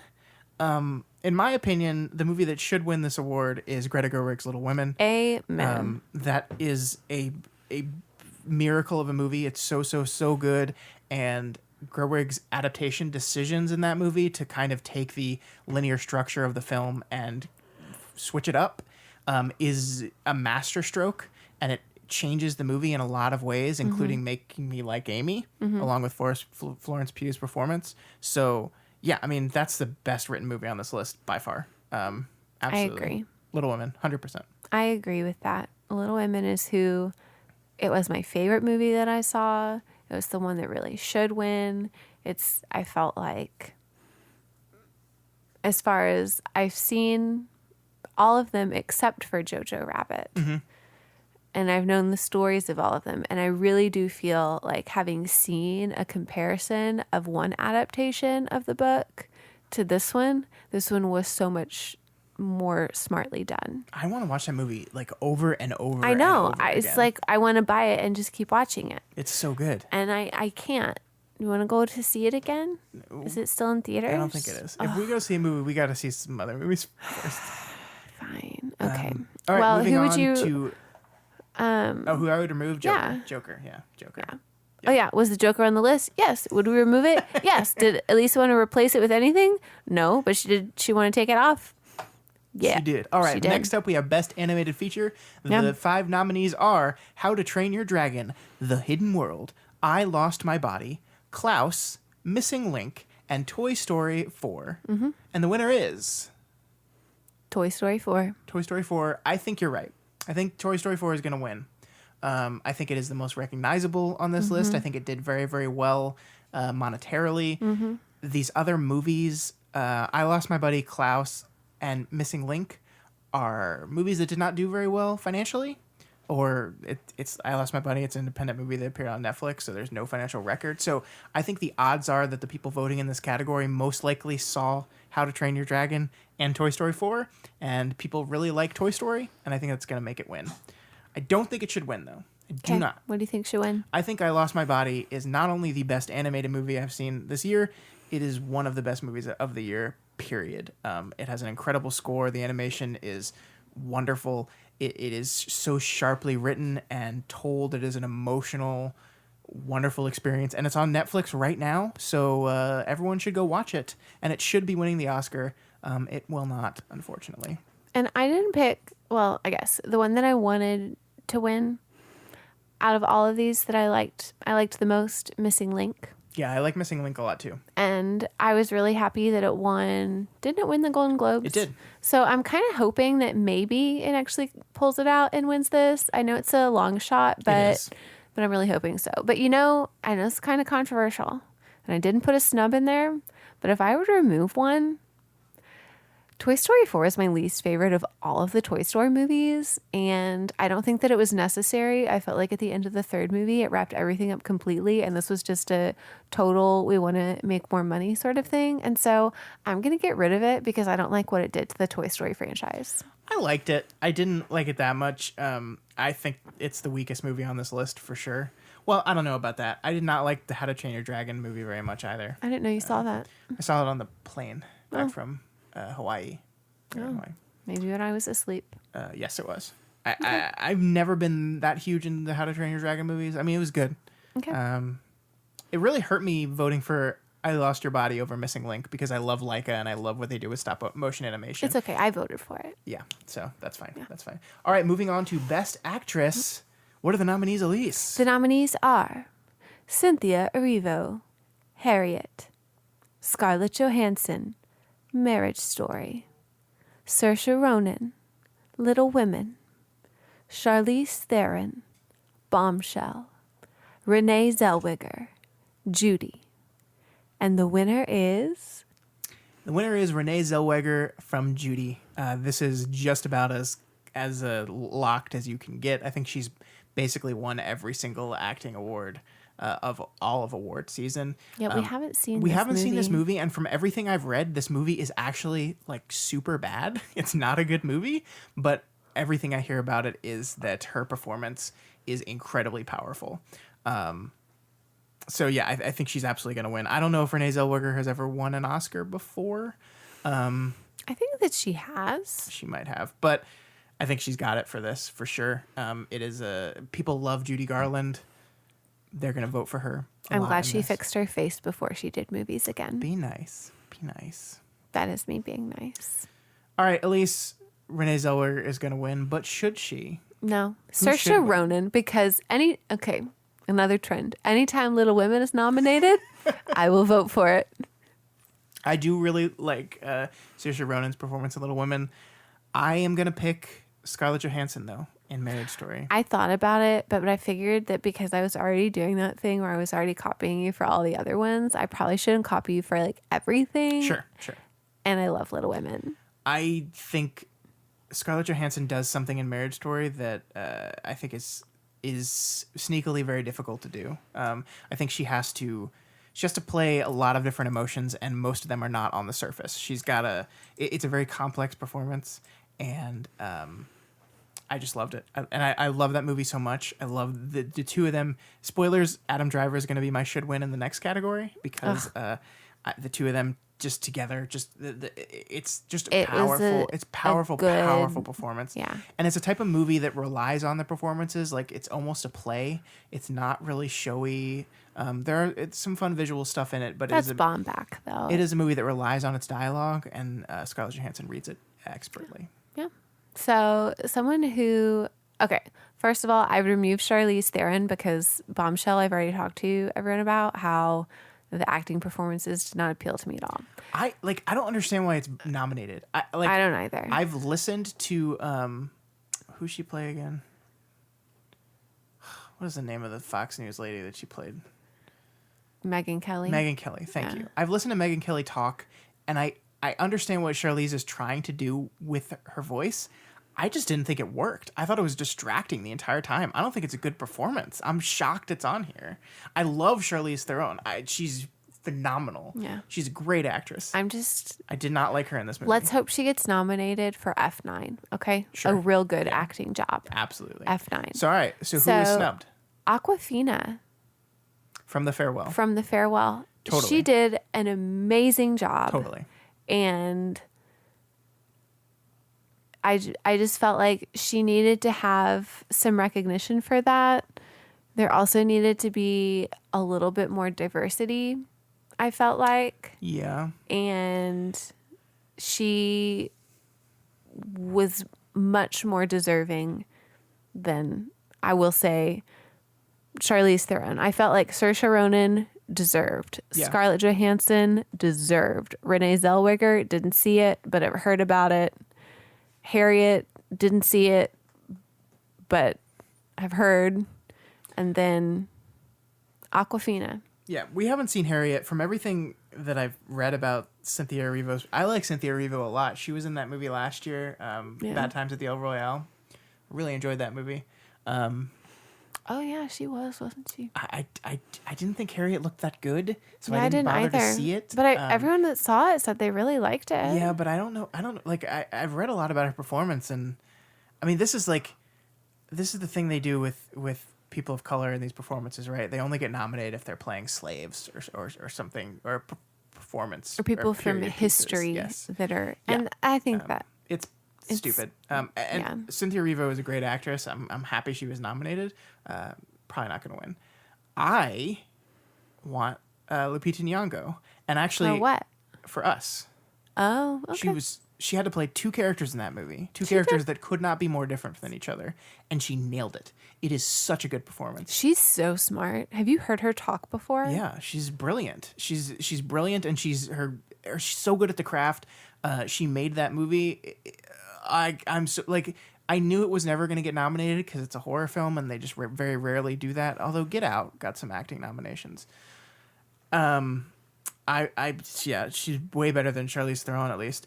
And I put Lupita kind of knowing or hoping that you would put Awkwafina, because I couldn't choose between the two of them, so I just picked one hoping that you would do the other. Lucky So you. thank you for doing that. Of course. Because I agree with you on The Farewell. That's a powerful movie, and Yeah. Awkwafina's performance it's so surprising, right? Because Yeah. like, she's never done a dramatic role before. She's been in some action movies. She's been in comedies, and she's fantastic in them. I love her in those movies. But this was a really different kind of role for her, and she doesn't speak Mandarin, and half the movie is her speaking Mandarin. Although I think if you ask a Chinese person, her Mandarin is like real bad. Well, you know. But She did what she could. to us English speaking people, it just sounds like she's speaking Mandarin. So I don't know. I thought her performance was excellent. Yeah. But nobody saw The Farewell. So Okay.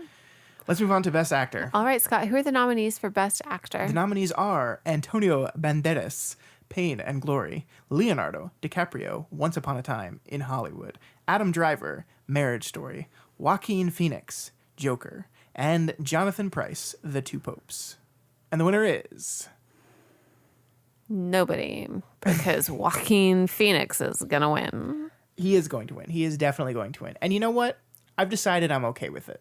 The only reason you're okay with it is because his last speech was bomb. His speech at the BAFTAs was incredible, and I'm really looking forward to his speech at the Academy Awards, because he absolutely seems like the type of person who is thankful to win this award, but doesn't really want it. And I think part of that is him wrestling with this movie, and what this movie was trying to say, or maybe failed to say, because it's not a very good movie. I love Joaquin Phoenix. I think he is the most talented actor working right now.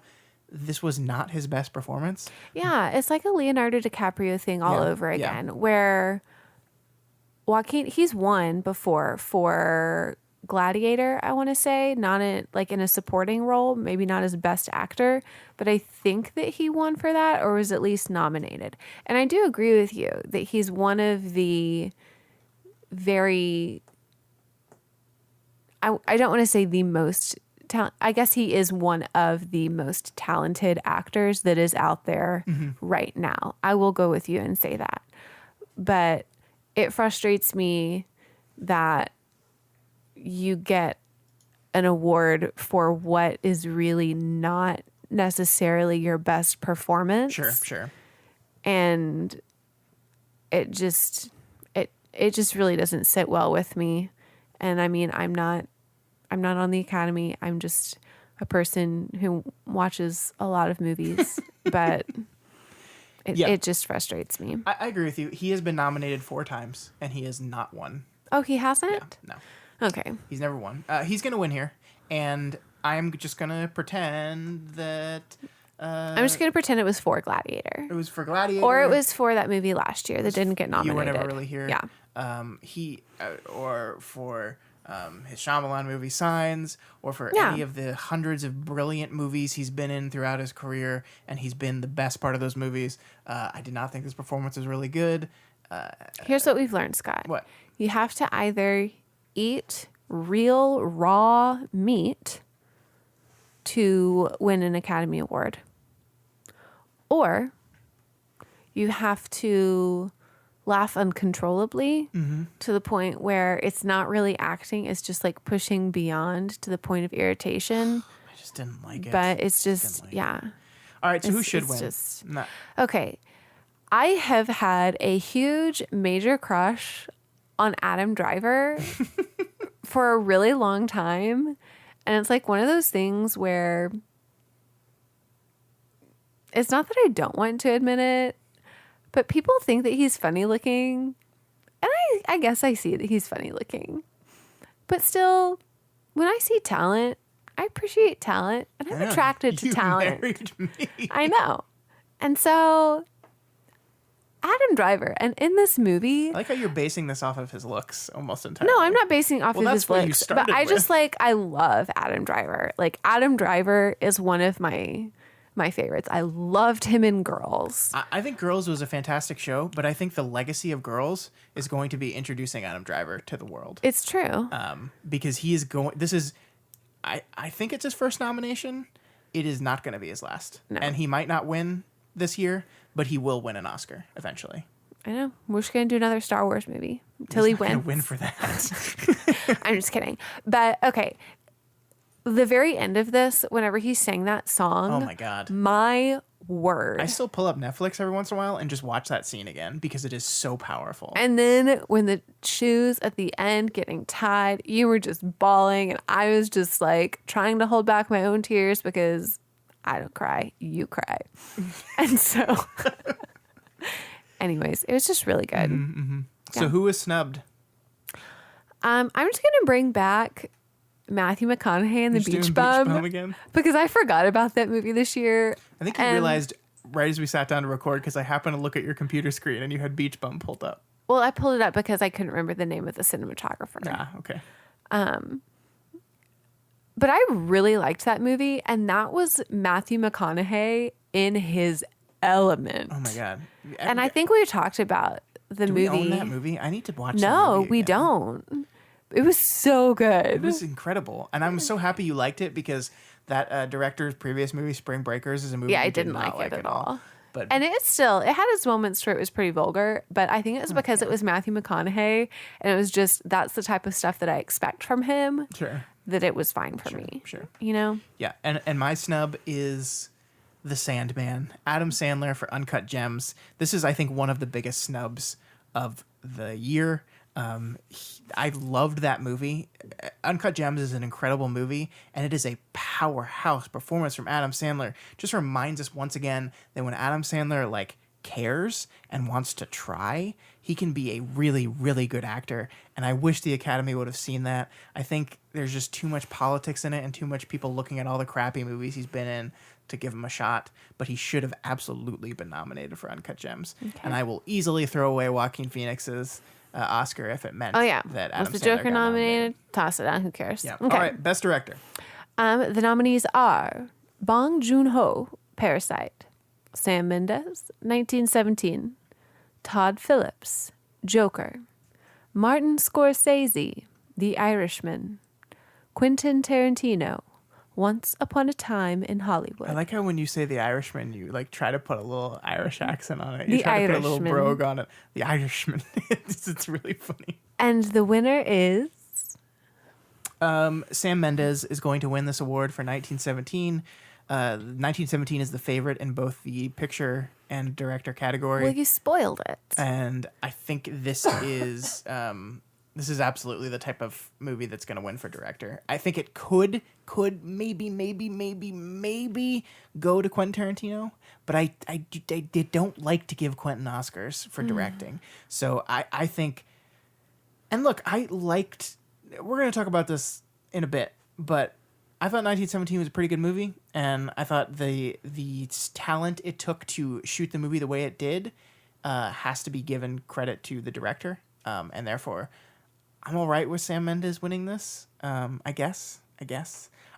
Who I think should win is Bong Joon-ho for Parasite, because that is a brilliant movie, and Bong Joon-ho directs the shit out of that. The pace of it, the rhythm of it, the look of the movie, the way it uses levels. Like Parasite uses stairs and traversing of stairs in a similar way to how Joker does it, except Joker is in your face about it and obvious, where Bong Joon-ho constructs this house that is perfectly representative of class struggle and the climbing up of stairs and the lowering down. Oh, Parasite is such a good freaking movie, and Bong Joon-ho deserves to win the Oscar for that. But you're probably not gonna. Sadly, I think we could. If there's a shocking moment in the Oscars, it's gonna be Bong Joon-ho winning for Parasite, because sometimes they like to split director and picture. Yeah, I know that. So, how about you? Who should win? I didn't think anybody should win, because I don't think anybody in this category is really up against who I really think should win. And so therefore nobody should be picked, because the actual best director was snubbed. And who is it? Greta Gerwig. And so it really frustrates me that it's an all male category, where Once Upon a Time in Hollywood, Quentin Tarantino as a director treats his cast awful. Martin Scorsese, you're going to hate me for this. He does not treat his cast Martin awful. Scorsese, overrated. Okay, right first of now. all, I'm just going to move through. I hate that word. Todd Don't Phillips. use that word. Don't use the word overrated. Todd Phillips, the Joker. Everyone knows how I feel about the Joker. Sam Mendes, 1917. I guess, because he's probably going to win. And I didn't see the other one, so I can't say the Parasite's going to win. So it really frustrates me that you see a movie that is so good and then it's not acknowledged at all. Yeah, I'm going to change my answer. The biggest snub of the night is not Adam Sandler for Uncut Gems. The biggest snub of the night is Greta Gerwig for Little Women. I do not understand what they were thinking. Like, I do not understand how you watch that movie and don't think it is one of the best directed movies of the year. It is so insane to me to look at that movie and say, nah, she doesn't deserve it. It's one of the best movies of the year, but not well directed enough to be an Academy nominated director award. It's ridiculous. And she directs the shit out of that movie. Everything works. I mean, we talked about the structure of the time changes, but how Gerwig signifies those time changes with different makeup and different clothes and slightly different lighting. Just like the composition of that all important attic scene and just like the look of the movie, the feel of the movie.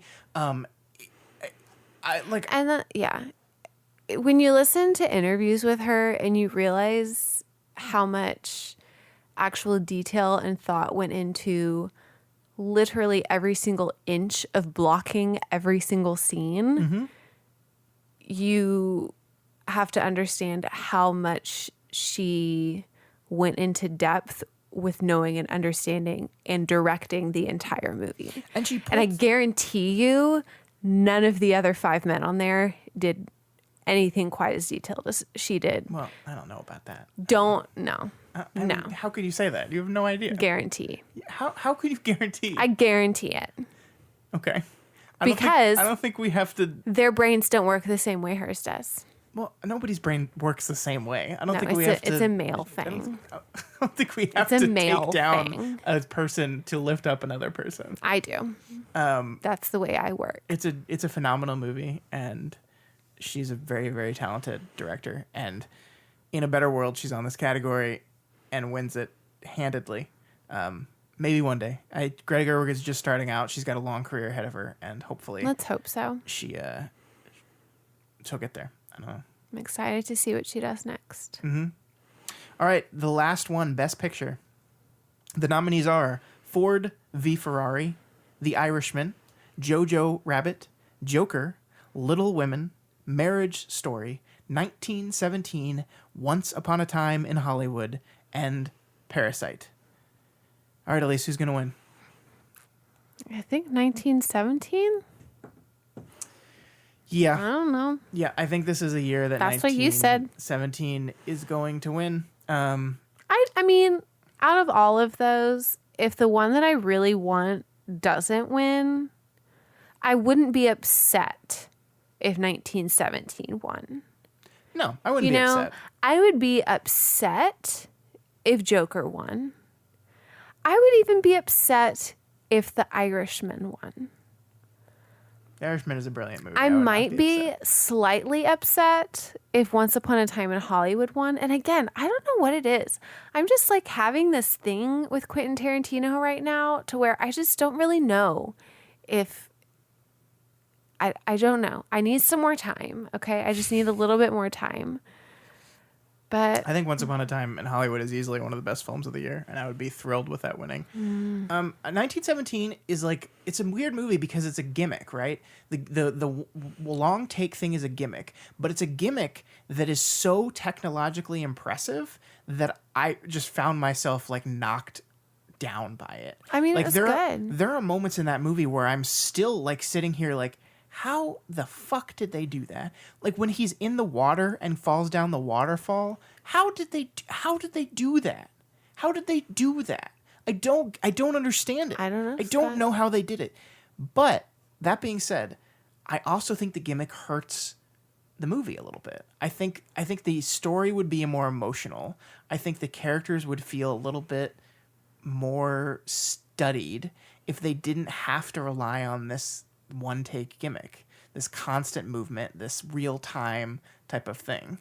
And I think that's what keeps it from being a great movie. I think it is a very good movie, and I would not be upset with it winning the Academy Award. But I do not think it is the best movie on this list. I think the best movie on this list is easily Parasite, my favorite movie of the year. I think that should win. I think in a wonderful world, Parasite would win. It's not going to because it's a foreign film, and it will win the Best International Film Award. And it won't win here. Continuing with my pattern, was Little Women on the list? Yes. Yes. Let's pick Little Women. I think that would be a very close third for me, or second, I guess. It'd be very. And then continuing with my trend, was the Joker on the list? Yes. We shall remove the Joker and replace it with. I liked either of your other options as well. The Farewell. The Farewell should or have been on Knives there. Out. Knives Out should have been on there. A Netflix movie called Dolomite Is My Name, which was really, really good, starring Eddie Murphy. It should have been on there. I just threw Dolomite Is My Name on there because it should have been nominated for something. Maybe give Eddie Murphy an acting nomination. Maybe give it a directing nomination. Maybe give it a script of some sort. Not a terrible category this year, though. There's times when I look at the best pictures and I'm like, half the movies on this list aren't any good. And I look at this list and the only movie I don't like on this list is Joker. And the only movie I haven't seen is Ford versus Ferrari. But I feel like that's a movie I would probably like and not love. Yeah, I've heard it's good. So yeah, I mean, I'm not disgusted by this category. I mean, if Joker was the favorite, I'd be a lot more annoyed. But I just don't think it's going to win here. So I'm not too worried about it. Okay. So that is Best Picture, and that is our time. We went a little over, and by a little I mean a lot. But Well, it's all your fault. It's always your we're fault. all with the wrapped up talking. here, Elise. So Okay. thank you so much for coming on to the Oh, yeah, show of course. and doing this with me. Anytime, babe. No, I mean, really, I'm usually just in the other room. So anytime you just say, You're hey. usually asleep is where you are. No, not all the time. But yeah. All right, Elise. Even if I am asleep, you just say, hey, just knock me over. We'll see you on Tuesday on What you say? What you say? Yeah. That you only wanna listen to me. What you say? You can hear me on Tuesday. Doof. All right. Can you believe, Matt? Can you believe what Elyse picked for Best Picture? I mean, come on. Come on. God. Yeah, I don't agree with any of those choices except that last one. I thought that last one was pretty spot on. Curveball. Yeah. All right, guys, that is all we have for you this week. If you have any opinions on Misfits or on this week's Oscars, let us know what you think. You can reach out to us at doofmedia@gmail.com or over on our Twitter account @doofmedia. Yeah, if you're not already subscribed to this podcast, we encourage you to do so, and you will never miss an episode that way. You can find us on iTunes, Stitcher, YouTube, Google Play, and pretty much anywhere else podcasts can be found. And you can find this and all of our shows over at our website, doofmedia.com. That is where you can find the newest show joining the Doof Network this week. It's called We Want More, spelled M-O-R. Matt, what is that show about? It is a podcast read-through and analysis of Harry Potter and the Methods of Rationality, which what is that? It is the most popular Harry Potter fan fiction. Is that true?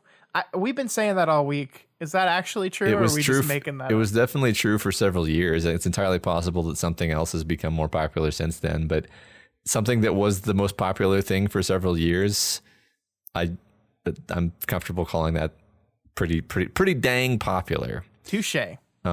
And I happen to like it a lot. It sounds like a silly thing. I understand that fully. If you were to say Harry Potter fan fiction, I would say, I know exactly how you feel. I felt the same way, but things can be really good and sound weird, kind of like a TV show about a bunch of kids who are doing community service and they get superpowers from a storm, and then it's never explained, and then they all bang a whole lot.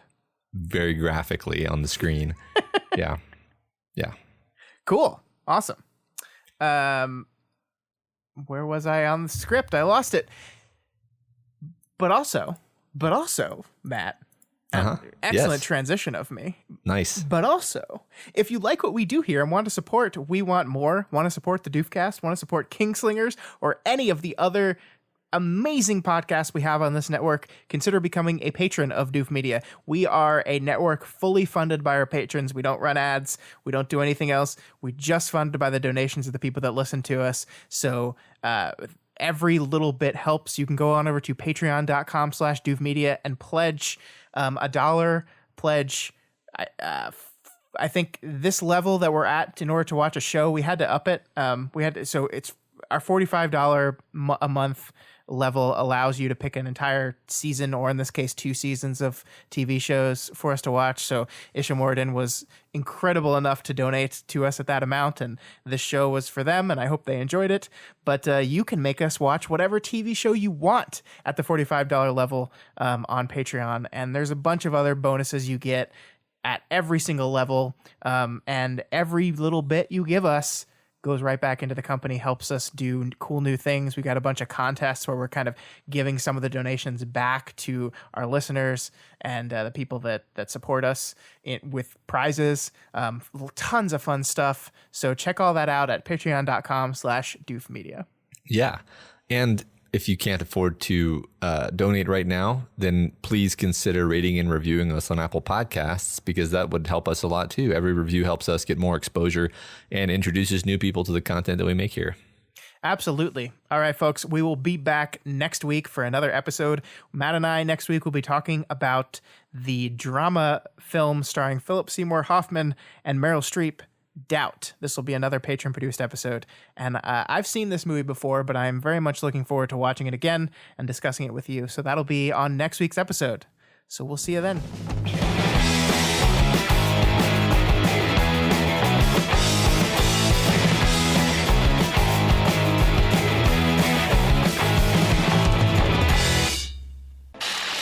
My name is Doof, and you'll do what I say.